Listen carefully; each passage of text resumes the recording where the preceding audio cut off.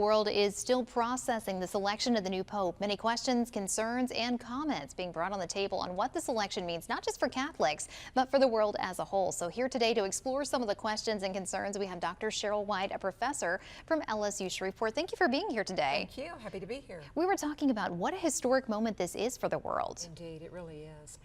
The life of the church, but also the life of the whole world. This is the first time we've ever seen in church history a man chosen as pope who is both American born and also from an Augustinian religious order.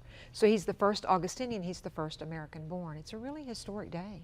It is amazing. When we found out the news and the announcement this afternoon, I think a lot of people were shocked. Many people were predicting that it would be a Roman pope. Right. A lot of people were predicting European, for sure. Some third world, perhaps. But I think the most important thing to take away is his name choice.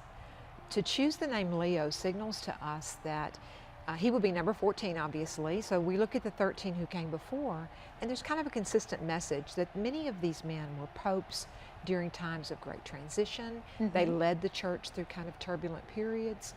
His immediate predecessor, Pope Francis, he seems to be very much in continuity with that kind of social understanding and the need to reach out to the margins. So I think we can see kind of a continuation in many ways of Pope Francis, but also it signals to us that he's looking backward even further in church history. So kind of being a steadfast rock throughout a turbulent time and maybe being a pope of the people, just like Pope Francis was. Right. I think that's exactly right. I think we can look to him to, in many ways, emulate what we just saw, but in other ways he will innovate. I mean, obviously he is not Pope Francis, but he was appointed by Pope Francis in 2023 to lead one of the most important departments, dicasteries within the Vatican, which is the oversight of the selection of bishops.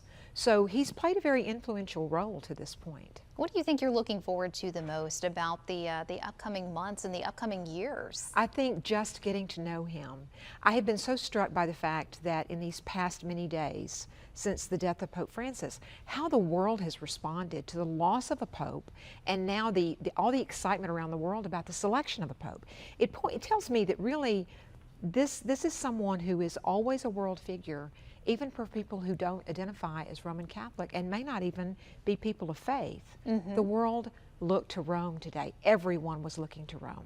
And we were all surprised by how quickly it happened as well. Yes, that's a little unprecedented. So that was interesting. I mean, it's a full, actually 24 hours, really, which is very quick. Pope Francis was, I believe, on the 5th ballot. Pope John Paul II was like on the 8th or 9th ballot. So this was very, very quick. And I'm surprised because this is the largest conclave of cardinals in church history to have met. So many of them, I would have thought, might not have even known each other well enough. I thought there'd be a getting to know you time. So this went very quickly. Well, Dr. White, thank you so much for joining us today and for sharing your expertise. You bet. Thank you for having me.